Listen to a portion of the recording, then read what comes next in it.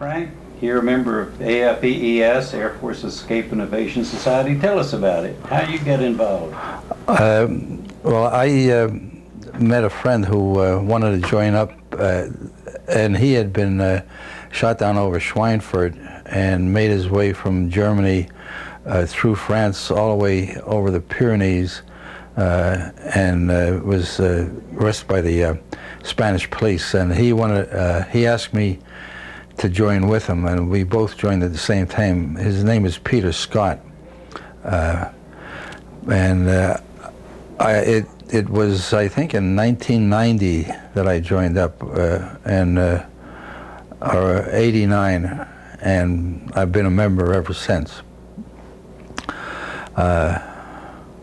The thing that qualifies me for being a member, since you have to be shot down behind enemy lines and escape or evade capture, was we went on a mission to bomb the Odertal synthetic oil refinery up near Auschwitz or Auschwitz in southern Poland.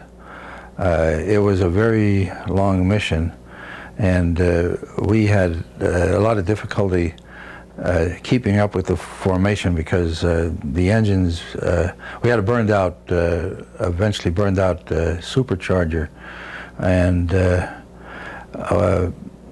we were separated over the target from the rest of the bomb group, and we had to make our way back to Italy, where we came from.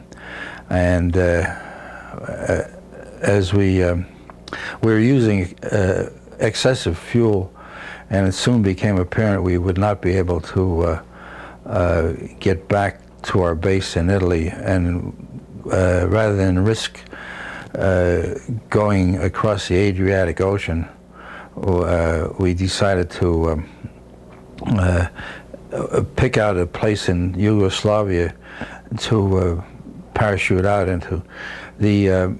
Our headquarters had maps on the wall that indicated the probability of being picked up by partisans,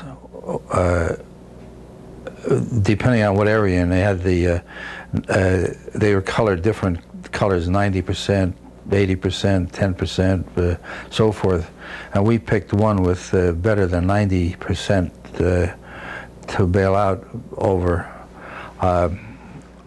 I had just become 20 years old at that time. I didn't even have a driver's license to operate a car. But anyway, the pilot gave us the order to bail out, and I was the first one out of the plane. I guess they thought, since I was the youngest one on the plane, the oldest one was 26, but I was the youngest, and they wanted to make sure I went out and didn't lose my nerve. But I jumped out, and we had really no training on what to do, except verbal training on make sure you're clear of the plane before you open your parachute.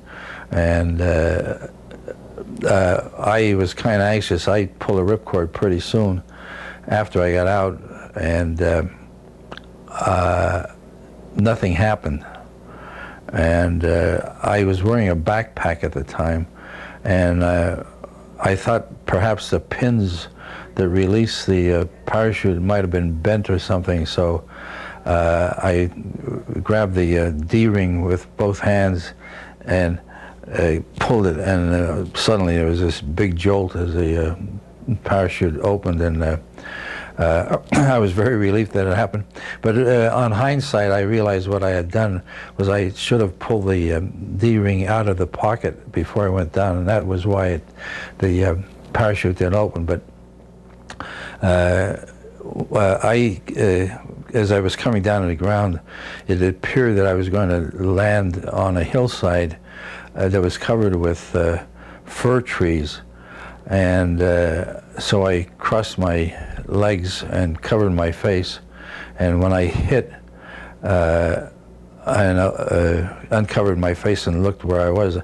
I was in the bottom of a sinkhole that it was. This section of Yugoslavia had a lot of these sinkholes, and what appeared to be the fir trees turned out to be giant ferns, maybe about 5 or 6 feet in height. I was completely underneath there, and so I took off my helmet and gathered my parachute together and tucked it away and hid it underneath, and started walking up the side of the sinkhole, and I could hear voices at the surface, on all sides, and I took the safety catch off of my 45, but I still left it in the holster, and I got up to the top of the sinkhole, and the first thing that I saw in front of me were a group of women and children, and they spotted me at the same time, and I looked around on the other sides, and there were a number of men that were armed with. These are all civilians. They were the Yugoslavs. So I thought to myself, I have to have a chance to explain who I am. So I thought the best. I didn't want them to take a shot at me. So I thought the best thing I can do is get in line with the men with the rifles and the women. So in case they took they wouldn't want to risk shooting in fear of hitting one of the women or children. So, and then I went over to the women who had stopped dead in their tracks, and I said, Amerikansky, and there was no change of expression on their face. And about that time, some of the men came around me, and I repeated Amerikansky, and then they all put out their hands and started shaking my hand. It turned out we were in around Banja Luka or Prijedor in Yugoslavia, and some of them could speak English, and they said that the German garrison was down in a valley, and they probably had seen us jump out, so they said we have to get out of the area very fast because they may send up patrols looking for us. And they took me to a barn, and one of our other crew members was already in the barn, and we were very happy to see each other, and they said we should take off our flying clothing, and which we did, and they made up an ox cart, a two-wheel ox cart with hay, and they put our clothing underneath the hay, and we sat on sort of like what you would call a tailgate, I guess. And by this time there was quite a big assembly of partisans, and I found years and years later, probably around the 1990s, that the OSS had parachuted into Yugoslavia and organized the Yugoslavs and also the Chetniks to gather up American airmen and bring them to central points in Yugoslavia. Well, anyway, a group of the partisans went down this road to the first turn, and a second group had went up over to the high ground, sort of a small hill, and both of them signaled that it was safe, and we traveled that way, and that's what for 3 days this group would leapfrog ahead, and we kept on going, and we passed quite a few burned out German tanks and trucks. Evidently the Germans had tried to attack take the area that we were going to. We went to a place called Sanski Most. It took us 3 days, and we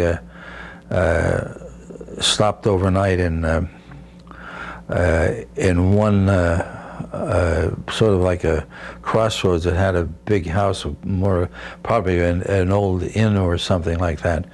and it was being used as a headquarters or a command post, I guess, for the partisans. And we slept overnight there, but it was very difficult to sleep because there was so much activity going on. There were runners coming in and out, and they had sentries posted out at the outside the building, and all you could hear as different people come up, you could hear the command. A sentry shouted out "Stoi," which was the word for stop, and then they would challenge him and give the password, and then, they came in and out. But I got up fairly early, right at daybreak, and kind of went outside to see what was going on. And there was an old gentleman there that had a vest made out of goat skin with the hair and all on it, and he came up to me and he spoke in English, but the English had a Swedish accent. He used things like yumpin, yimini, and all. And later on, I found out that quite a few of them spoke English over there, and he spoke with this Swedish accent. And they had been in Minnesota and lived there for a while before they returned to Yugoslavia, and they learned their English from the Yugoslavs. But anyway, we got to Lashinsky Most, which now was it was a safe town. The partisans had set up they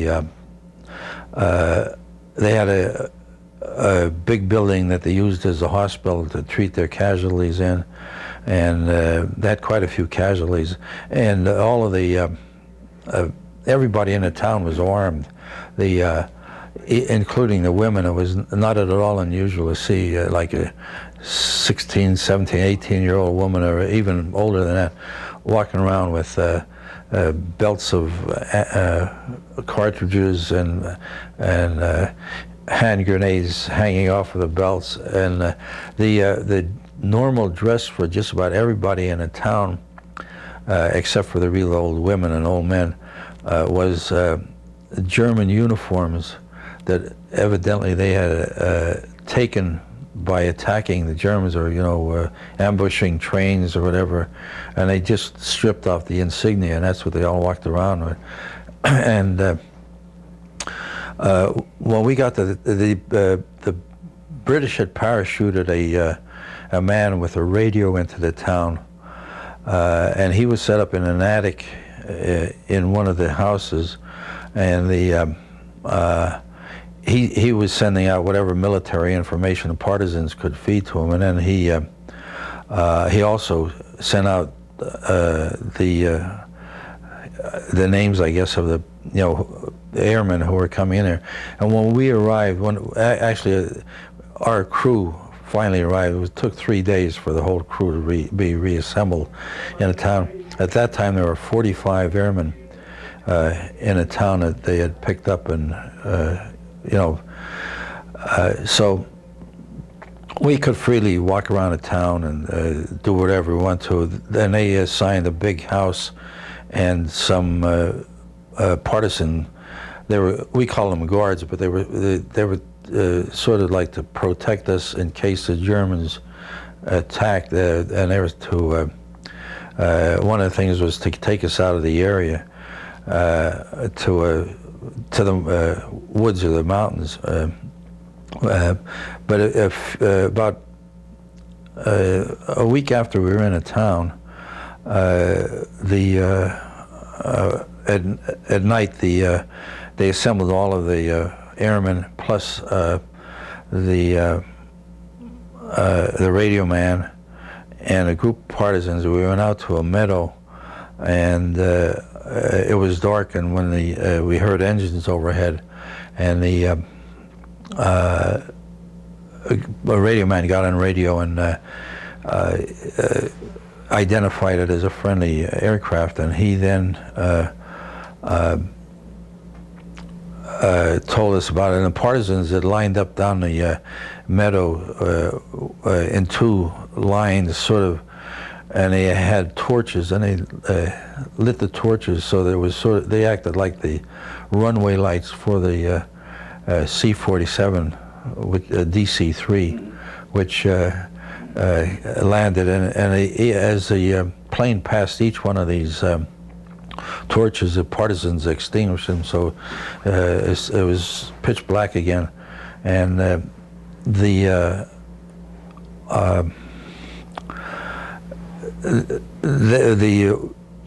plane could only hold 21 men, so obviously 45 weren't going to fit on board. So what they did was anybody who had been injured or wounded was given the first priority of boarding the plane, and then they went depending on who was there then along. And since we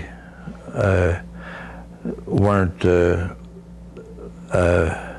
we didn't have the eligibility, we remained behind, and the plane, the partisan commander shouted something, they lit up the torches, the plane took off again, and we went back into town, and we stayed there for a couple more weeks, and because the flying weather wasn't that good, and the meadow, if it would rain, it had to dry out enough so it would they wouldn't sink into the mud and all. But during that time, the co-pilot and I, we went into town one night because they sort of had like the equivalent of a USO in the town square. They had some music, and the partisans gathered there, and they'd do some dancing and stuff like that. While we were down there, it was kind of interesting, and a runner came up, and it went up to the commander, and he said something to him, and the commander jumped on some sort of platform and called for attention, and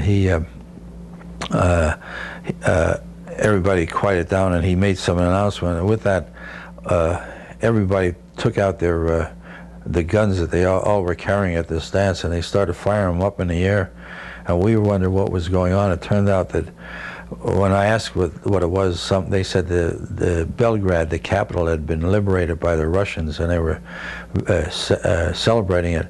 But in the meantime, those who hadn't gone with us into the town square there, the guards heard the firing. Most of them had been trying to get to sleep at that time.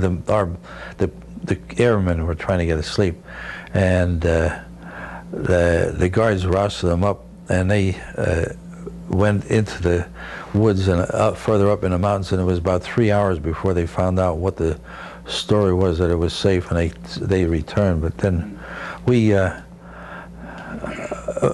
were flown out then a few weeks later in a pretty much similar thing. I went back to flying again, and that first one was our 6th mission, and then on our 25th mission, we bombed an oil refinery, a synthetic oil refinery, the floor store of one in Vienna, Austria, and were damaged over the target. Tried to make it to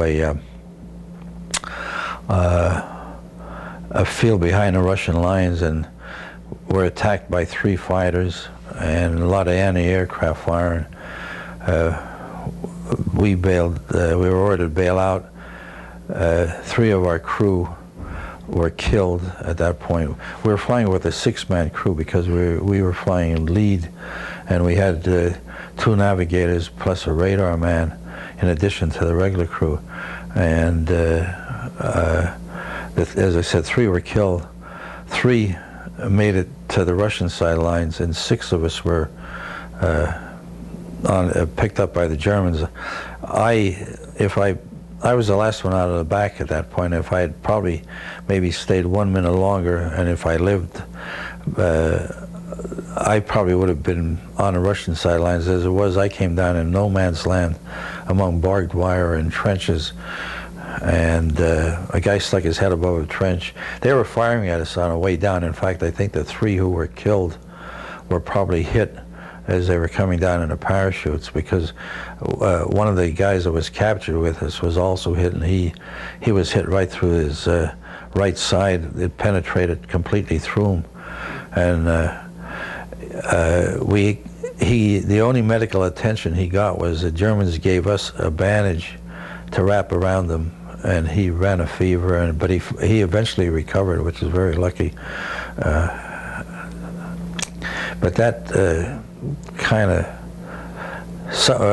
from that point on, we were put in boxcars, and we spent, I guess, about a month in a boxcar. The 40 and 8s. In fact, Larry's recent what do you call it, a newsletter had an article about the 40 and 8s. I don't know if you read that article or not, but that's what. There were. It turned out the Germans were retreating, and we were part of their retreat. And the first night out, we were strafed by our own planes. I don't know whether it was Russian planes or American planes. And then we got bombed 2 more times, and the second time we were bombed out of the car, and we ended up finally walking to a prison camp, which was Stalag 7A. And in fact, the anniversary day of my liberation from that camp was April 29th, which was yesterday. So. Great.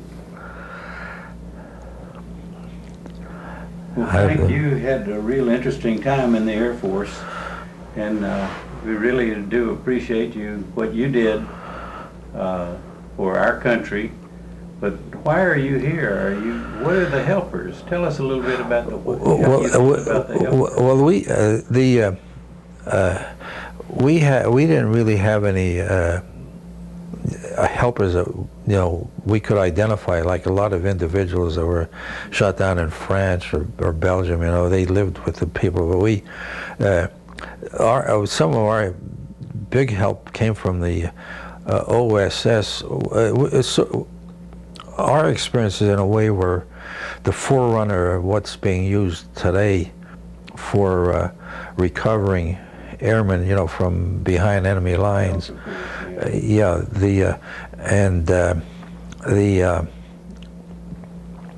In fact, I saw somewhere, and I can't vouch for its reliability, that the 15th Air Force during World War II had the best recovery of its airmen, but I think it was primarily because the OSS had parachuted in and set them. And in one of our meetings at the AFES, one of the early ones that I went to, was out in Irvine, California, and attending was 200 SS men. One of them's name was John Blatnick, and he, after he got out of service after World War II, he became a representative, U.S.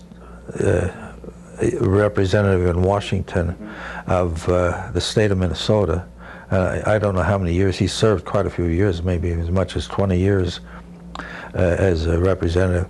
And another one was a man by the name of Eli Popovich, who at that time I think was about 80 or 85 years old, and he had driven up from San Diego to attend our banquet that night, and we sat at the same table with our group, and he got back in his car and drove back to San Diego after the banquet is over, which must have been about 9 to 10 o'clock at night. So that was from like L.A. down to San Diego. In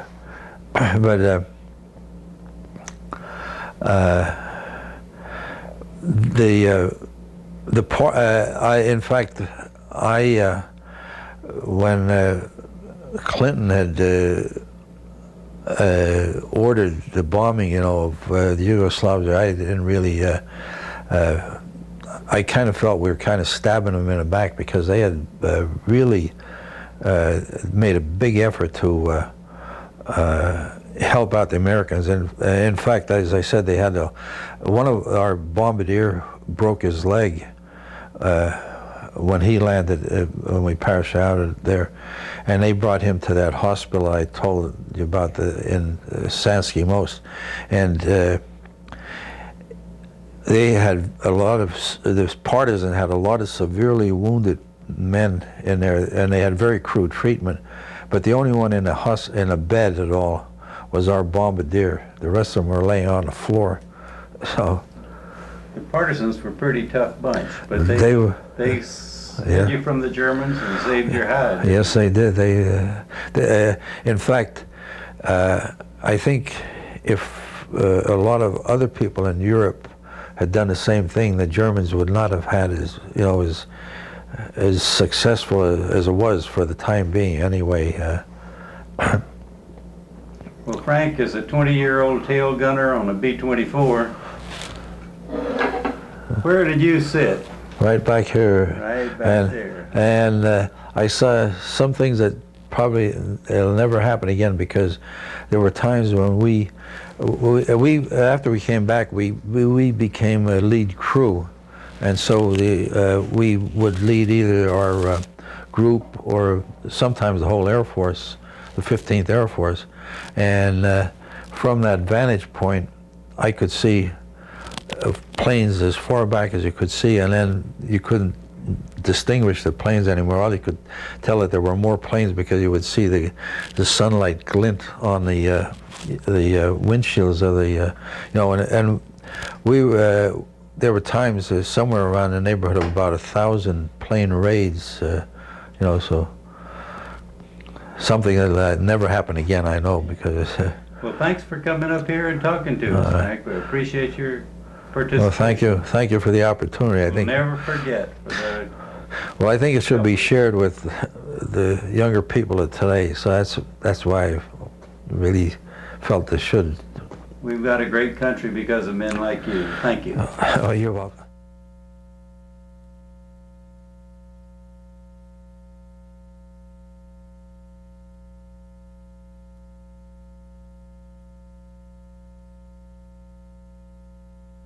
Frank, you're a waist gunner on a B-17 in World War II.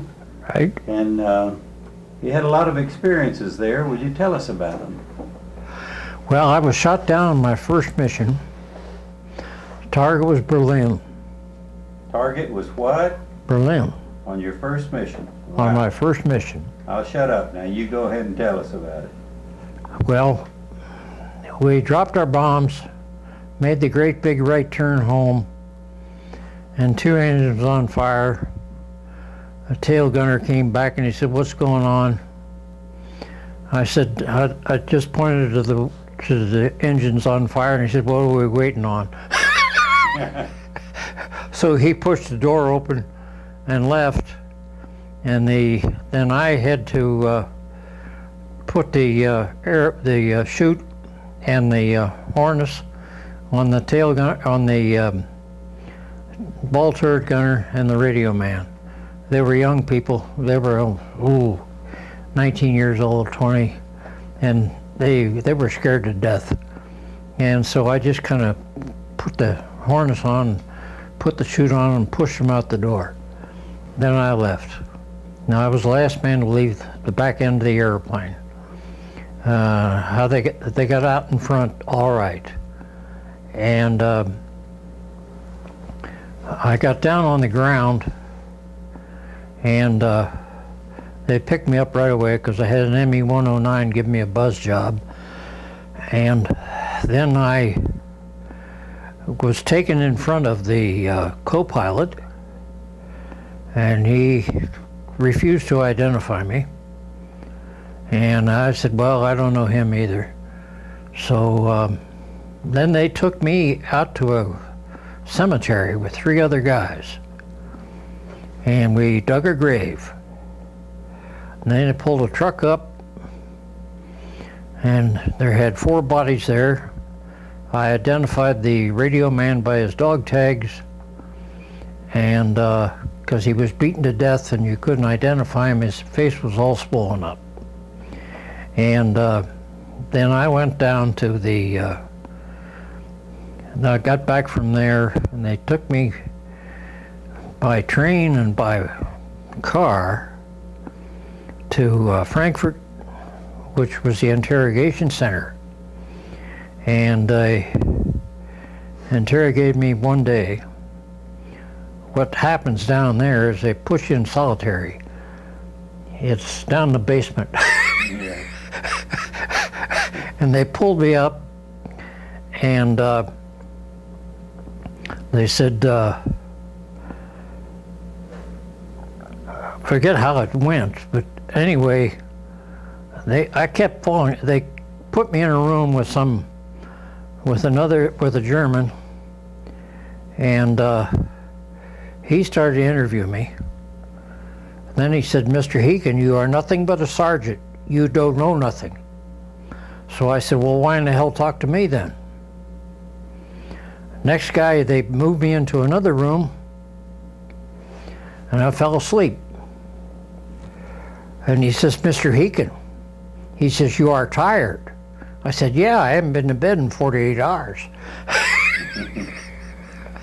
So then he pulled the bogus Red Cross form out on me. So I pulled the Red Cross form to me and put down name, rank, and serial and handed it back. And he says, "Mr. Heekin," he says, "your parents will never hear from you. You are a prisoner of war." Well, I just said, "Well, tough luck."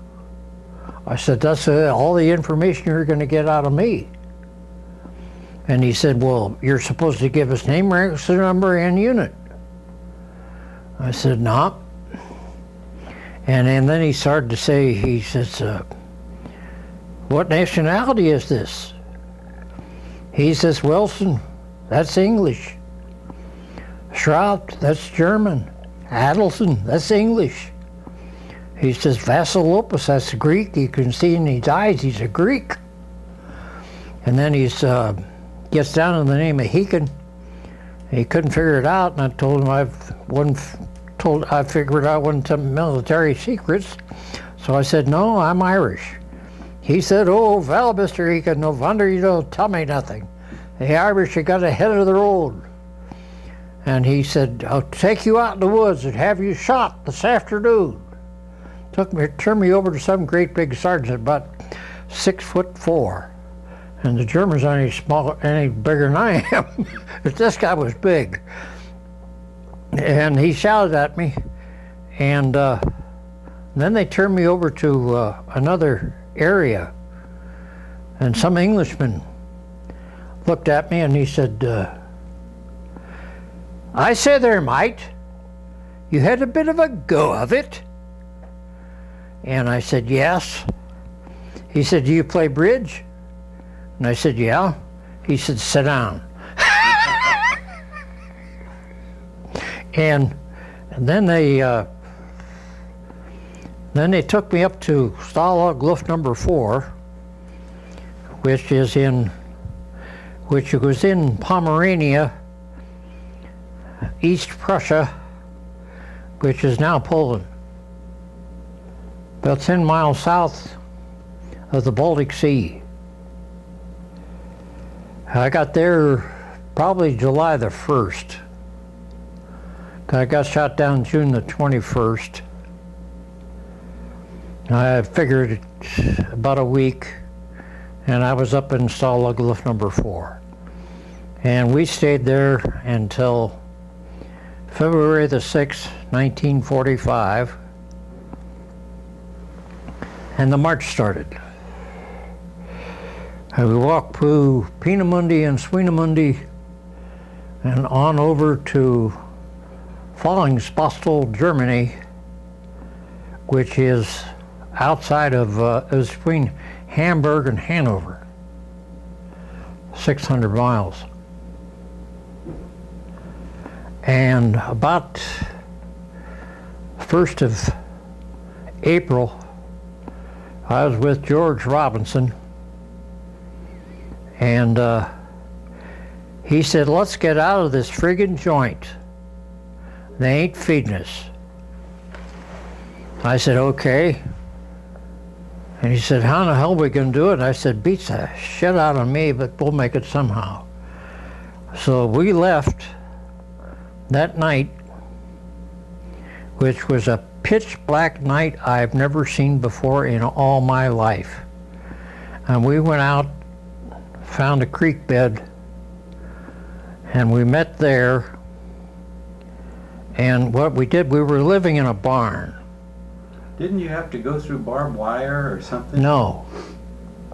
Okay, please continue. Well, we went to, we said we had to go to a latrine area, and a German guard was there.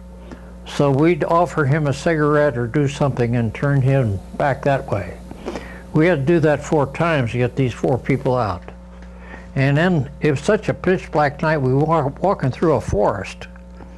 We had to tie a string between us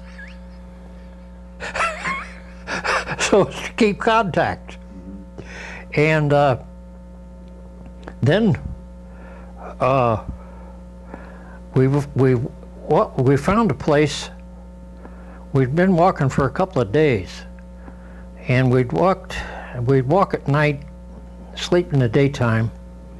We found an area that was pretty well wooded up, and we could light a fire, and we lit the fire, and the smoke would dissipate by the time it got to the top, so no airplanes could spot us or anything like that.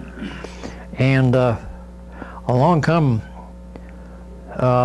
somebody stumbled across 5 little wild pigs, and another guy had a penknife, and we skinned them, and the skin peels off like a banana. I didn't know that. And anyway, we fried them up, and it tastes like fried chicken to us. And then we got out of there, and we walked some more, and we walked into an area. We hadn't had any water or anything, and these 3 guys got hold of swamp water, and we heard English voices and heard the shift of a GMC truck, and that ticked it off, and you had to double clutch everything in those days. And so then I said, well, find the main road. There ought to be somebody down there. And we were off somewhere in some woods, and put in a depression in the ground, and I was out gathering fir branches, and we were going to sleep for the day, and a German patrol came through, and he took one look at me, and he was going to come after me. These other guys were off in the other area, and then he changed his mind. I guess I was too sorry looking, because I only weighed about 100 pounds. Had a raff overcoat, hadn't shaved in a month or 3 months. And so he gave the idea up. And then I said, hey, there has to be somebody around. So I said, I'll go down to the road. And I went down to the road, and an Englishman's coming through in a Jeep. And I contacted him. And he said, I told him I was an escaped American prisoner of war, and I got 3 buddies back here in the woods. And he said, we'll take you up the division line. So they took me up the division line, and I was interrogated again by some English major, great big tall fella. And he said, do you think you could find these guys? And I said, yeah. And he gave me a Jeep and a half-track and a couple of men, and we went down this road, and I said, it's up off of here to the right. It's way back in there. He said, we could drive up there, and we drove up there, and there was Johnny, and we came into a clearing, and Johnny Quinn was waving his pants. Here comes Heek. And I said, "Where's George?" George was delirious. And we waited for him, and he didn't come back. So we got down to the road, and we were in the half track, I guess. And I saw him coming up the road with a Frenchman. Neither of them could speak the other's language. They were just shouting at each other. And I pulled George into the truck, told him to shut up, and gave him a cigarette. He spoke like a fiend, and cussed like a fiend too. And they took me over to another area where there was some English 8th Army was, and they turned me over to them, and they took George to the hospital, and they took Johnny Quinn, or Jeff Parrish, to the hospital too. He was blind in one eye. And then Quinn and I were flown to England, and I was in a hospital in Oxford, England for about 2 weeks. And I was smart enough to pay attention to the malnutrition diet they gave me. Did you ever fly again? No. That was it for you? Well, I fly now. Yeah, but that was the end of your military career. Yeah. Well, Frank, that's really interesting. I want to thank you so much for being in here with us and putting it on film, and I wish you the best of luck. And how old are you today? 84. 84. Well, I was 84 in January. You don't look it. Well, I live clean. Hey, thanks. Yeah. Irishman Frank Heekin, WWII out.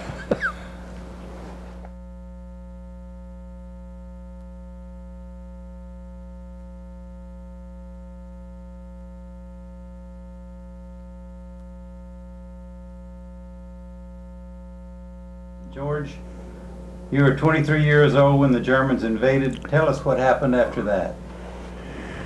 Oh my, for the first time the Germans didn't do too bad. They thought they could finally coach us, to be defense and stuff like that. Then they started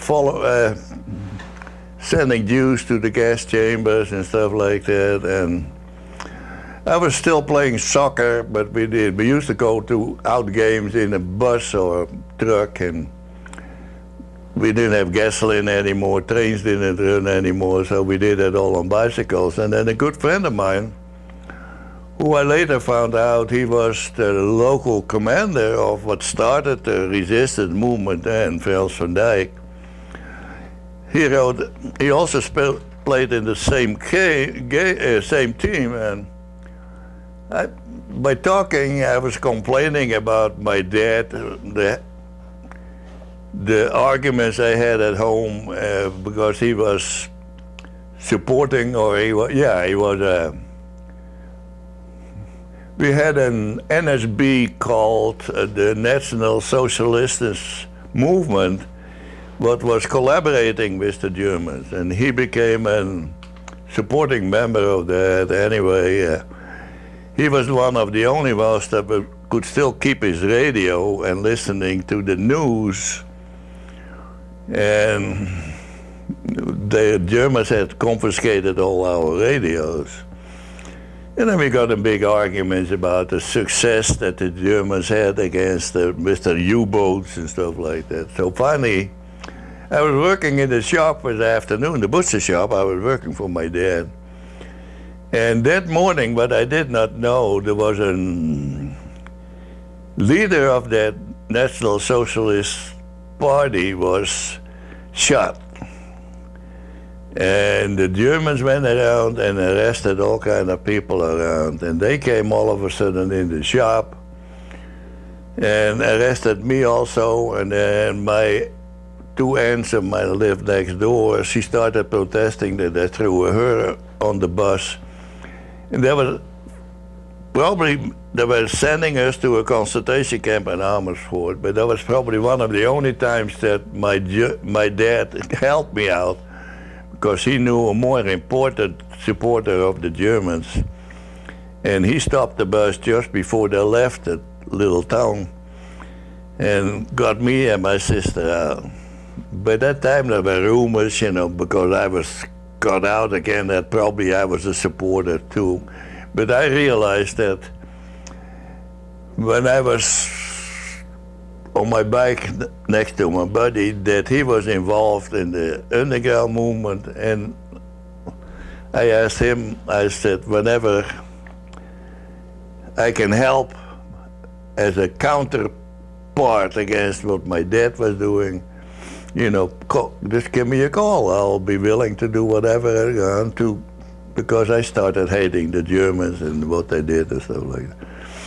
So by that time, they also started following the Jewish people, and they had to walk around with a Star of Bethlehem, so that before they finally started carrying them off to the gas chambers in Germany. So he started giving me little orders, little things to do. The Germans had left a rifle somewhere behind, and I took the bicycle where we used to deliver meat and put that bicycle in and gave that to the underground service. And I was getting little orders, and that's how I very much got involved in the underground service, in the resistance movement. But I also realized that the Germans probably had found out that I was also becoming a member of it, that I was on the list to be arrested. I had false IDs.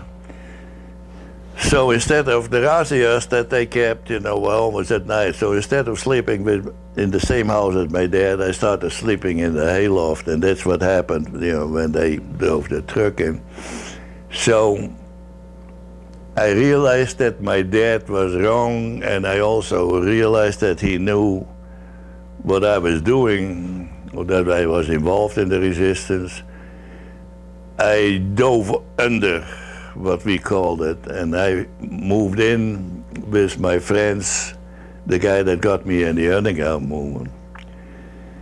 Then it got even more dangerous. They started arresting more people. So next to my friends, where I was an underdiver, we built a hole under the ground, reinforced it.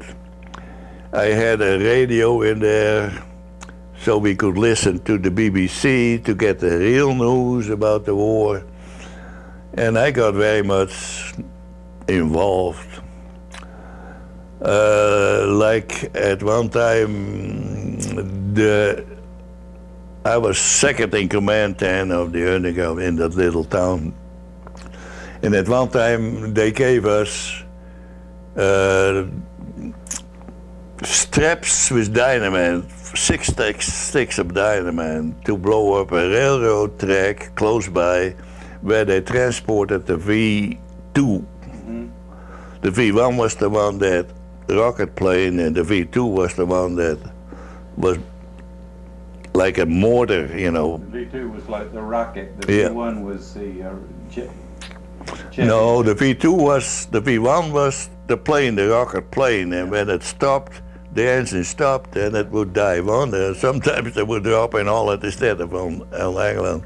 The V2 was the one that went like a mortar, shot off the beach of the North Sea. So they were transported on that railroad track, and we got dropped from England, 6 sticks of dynamite, 3 on one side and 3 on the other side. We could strap them along a railroad track, and I had time pencils. If you don't know what a time pencil is, it's the straps with dynamite had I can't think of the name right now, And then you could connect it with the time pencil. You had time pencils 1 hour, 2 hours, 6 hours, 12 hours. A time pencil is a copper, like a pencil, that has a spring and a silver thread, and along the silver thread next to the silver is a capsule with acid, some kind of an acid. If you squeeze that little capsule with acid, it will start eating up that silver thread and detonate the explosives. I knew you had to squeeze it, but I didn't know how much. I didn't know what it looked inside.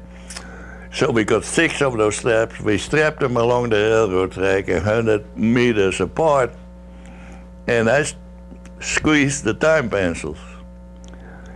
After an hour, they would explode the railroad track. I thought, God, I hope I squeezed it enough. So I walked back again and took a stone and put the time pencils on the railroad track and hit it another time with a pole and messed it. If I had cut that silver thread, by then I would still be flying around right now.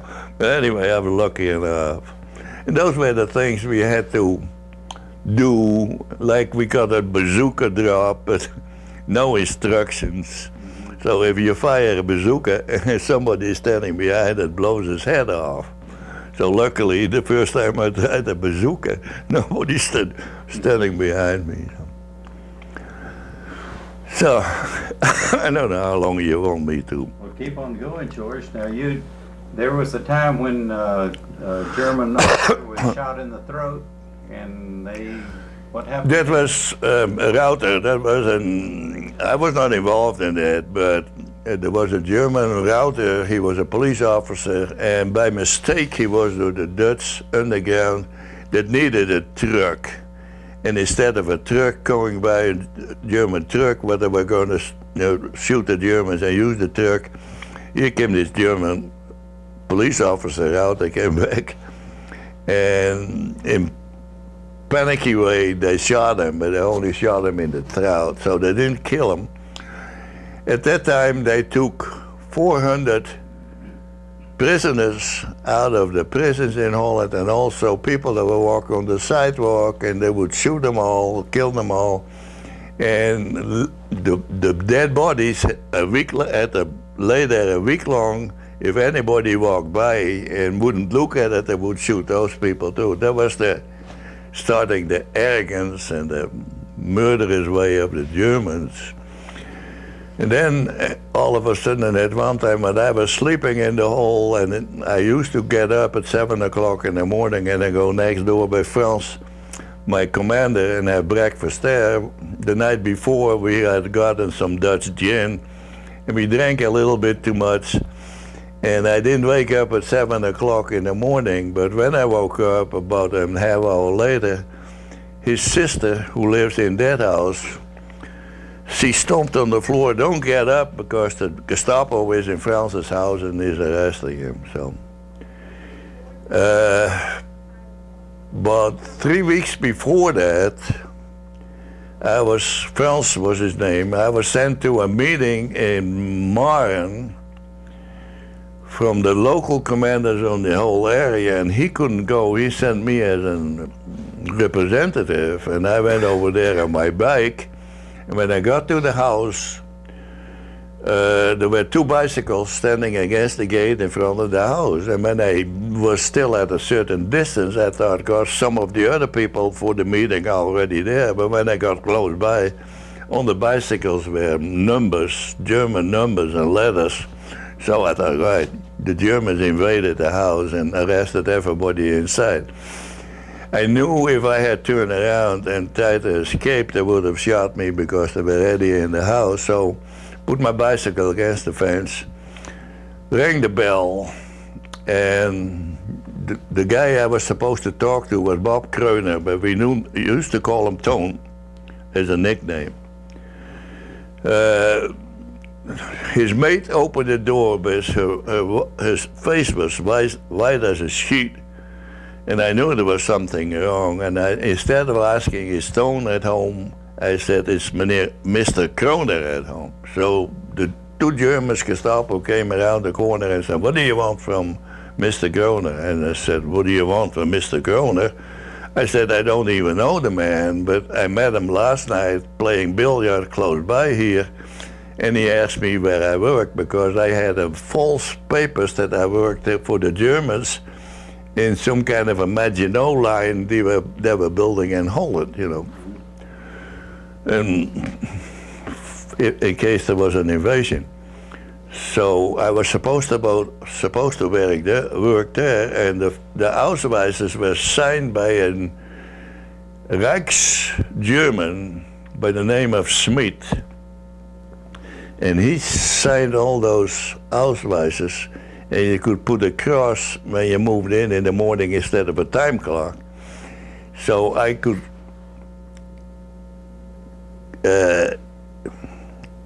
make his signature as good as he did, but at one time he didn't even see the difference after we got arrested. But that is not this story. I said, I met him, Mr. Groner, yesterday in a local bar, and we were playing billiard, and he played billiard. I'd never met him before. And after the billiard, we had a beer, and he said, "Where do you work?" And I said, "I work for the Maginot Line of the Germans." It was not called the Maginot Line, but I call it that. He said, "Okay, what time you go to work tomorrow?" And I said, "At 7 o'clock. I have to be there at 8. He said, "Could you do me a favor and pick up a package for me in Veenendaal?" That's where the area where we were building that thing, and deliver it there to a friend of mine. So I said, "I'm here now to pick up that package." It was a lie, but I couldn't think of anything else. So anyway, they said, "Oh, you work for the Vesting Works," we used to call it. And I said, "Yeah, can you prove that?" And I said, "Yeah, here is the Ausweis, you know, the identification, the false ID." So they said, "Yeah, you were still there yesterday because that was crossed off." So they said, "But what time is I supposed to be there?" Because that was about 10 o'clock in the morning. And I said, "At 8 o'clock, you know, how do you get away with that?" And I said, "When we get in late, we can make overtime at night, so, and then we finish up." So they believed it and let me go. So then I also warned the local commander Treiterwork, but he was already arrested. And then after that, so everybody who was there was arrested and already in jail in Utrecht. So then when the German officer was killed and they took 500 civilians, they took also all the political prisoners out of jail 2 weeks later, and they killed them all. And that was, I escaped that. If I had been arrested, I would have been killed there too. And that's how I escaped very many times, you know. Because That's not all, George. Huh? That's not all. After you got out of the hole, you went to eat breakfast, and isn't that when you were arrested? You were arrested by the Germans and were interrogated, and then you were beat up. Tell us about that. Oh, that was 5 days before the war ended. I got a little careless, and we were expecting Allied planes, B-17 and B-24s, to drop parachutes with food because there was a lot of people were hungry. And I'm standing in front of across the street, the neighbor who lived there talking, and all of a sudden there was a column of about 12 or 14 German soldiers. Later it was Dutch SS who served for the Germans. And in the railroad, in a tram car, walking towards us. And I thought it was just a regular patrol, so I could have escaped then. But when they were across the street from me, all of a sudden they came, surrounded me. They threw me back behind the counter of that little store that was there and threatened with weapons. And then they finally got hold of me because I had been on the blacklist for a long time. So then after a while, they transported me to a house where a German Gestapo officer who had been an infantry officer at the Russian front and lost a leg over there. He couldn't fight for them anymore, and he joined the Gestapo. And his name was, it almost escapes me now, Hunert, or Kunert, Hunert, I think was his name. And first it was early May, but it was still a little bit of snowing and cold, and there was a ladder behind that building, and they put me like this, tied me down on that ladder, and there were Dutch as guards walking outside, and they burned their cigarettes on my chest and stuff, and then they finally took me inside, and they started beating the hell out of me, and they said they knew a lot of cases on me, and if that was true, and I kept denying everything, but the main thing they wanted to know was where we had our weapons hidden, because they were all afraid that when the war was, they knew they had lost the war there, that way with our weapons would try to kill them. So I said, I refused to tell them that. And every time they asked me and I refused, they would beat me again. Finally, they tied me up like a sausage, and then they transported us to Zeist, close by, and there was a big house that had a basement where they would have cokes for the central warming. I don't know if you know what cokes is. They used to get gas for cooking out of anthracite, and I was tied with my feet and my hands on my back, and every 3 hours they would carry me upside. With the other people, they arrested 4 or 5 more, the pictures are in the book, but they would leave them alone. They would take me upstairs and ask me that same damn question again, and every time I said, I don't know, or I'm not going to tell you, because I knew if I told them, they would have shot me now. So then they would beat me up and throw me back in that cellar again.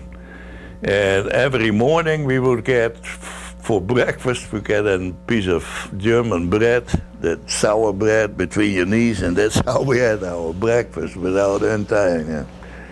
And then on the last day of the war, they loaded us all up on a truck, an open bed truck, pickup, and they transported us to a Wolverplein jail in Utrecht. But underway there was a old fortification they built, and the Germans had in that fortification already killed some 150 or 156 prisoners. And the officer sitting in a cab before with the driver, he stopped there and he went to the guard room for about an hour, because he still wanted us to carry on inside there and then kill us at the last day. Except that the commander in that guard room said, no, the high quarters in Germany already said no more killings. And then they transported us to the jail in Utrecht, and then still they put me alone in a cell and the other guys together, and there were pipes running on top of that cell, and somebody was knocking on that cell, and there was like a telephone, and they were still asking me questions why I was there. So they still tried to get it out of me there, but I didn't answer any questions. The next morning the door went open, and there was a German officer and a Canadian officer from the Canadian Polar Bear Division that had occupied Utrecht at that time, and actually, I think, saved my life, you could say. One day earlier they caught you, you wouldn't be here. Pardon? I said, if you had, in your book, you said you saved your life by about one day. Yeah, I would say so, yeah. It was really close. Yeah. Now, you did say one thing in your book, your commander, Frans van Dijk. Frans van Dijk, yeah. Yeah. You thought a lot of him, didn't you? Yeah, I did, yeah. Yeah, well, he thought a lot of you too, obviously. Or they Yeah, and also I think in the book is that against black marketeers, that at one time I was supposed to send by Frans van Dijk to rob a farmer in Groten. And we didn't know when we knocked on the door over there that the farmer had a birthday, and there were about 10 or 12 neighbors of the farmer, and they were all half drunk.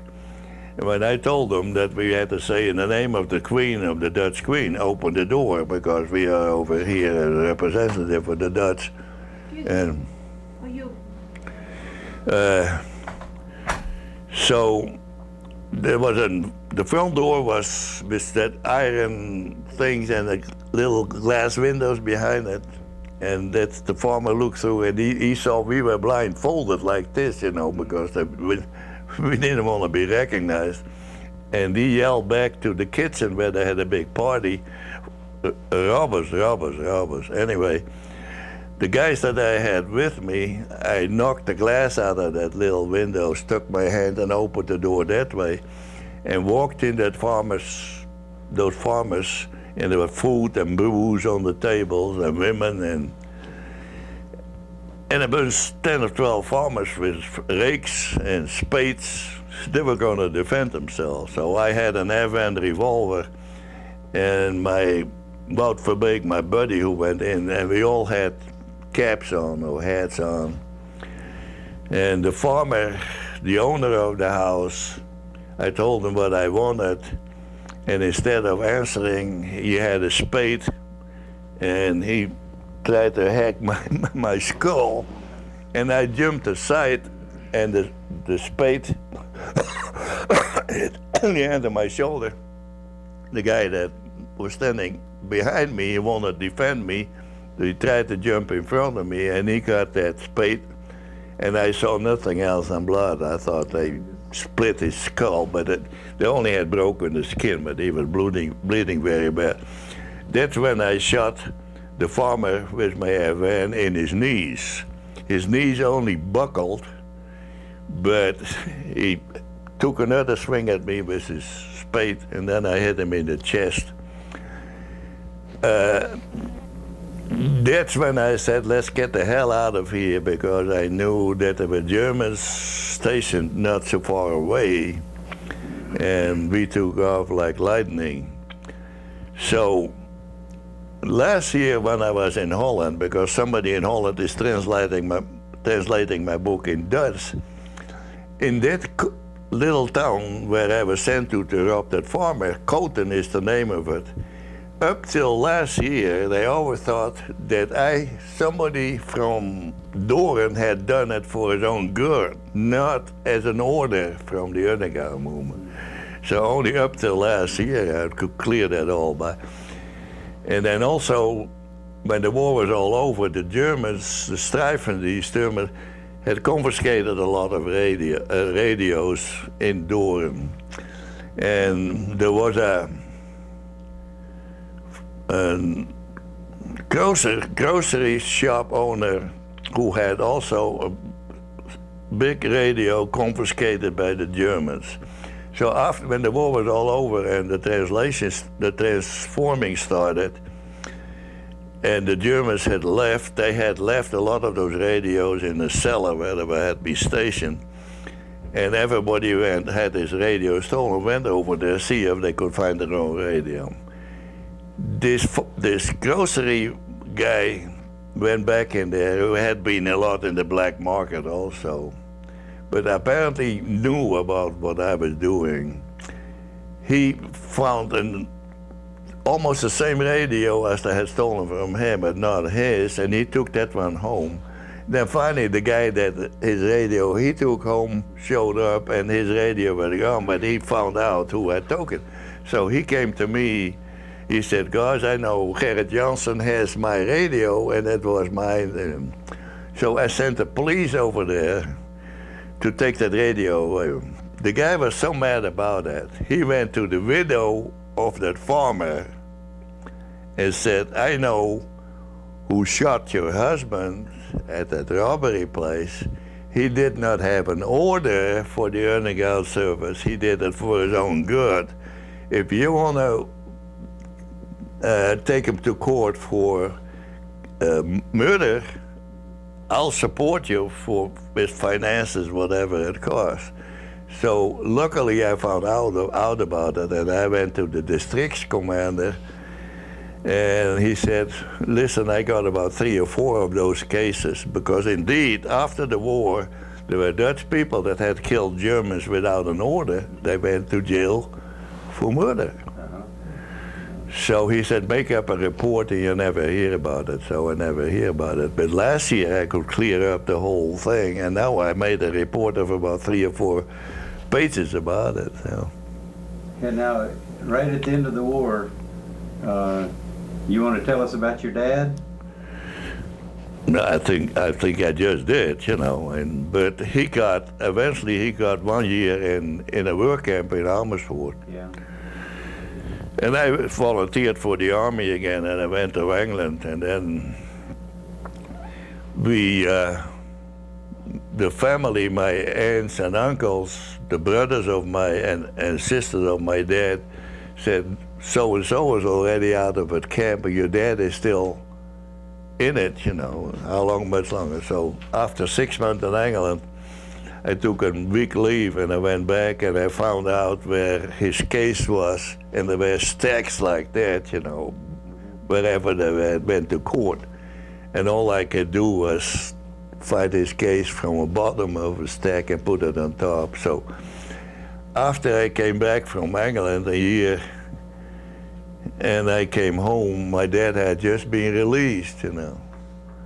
And he said, let's forget and forgive. And I said, let's try it too, but forgetting will be pretty hard, but I'll forgive you anyway, you know.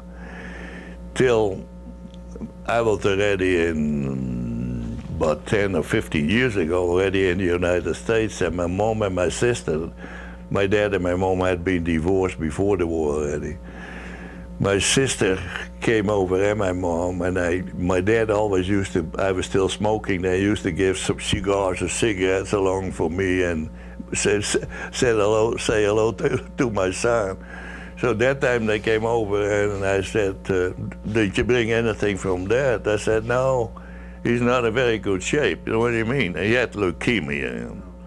Anyway, I said, didn't he say anything? I said, no, my sister said, he didn't say anything. I said, come on, you know, I know he said something, you know, because I'm big enough to take it.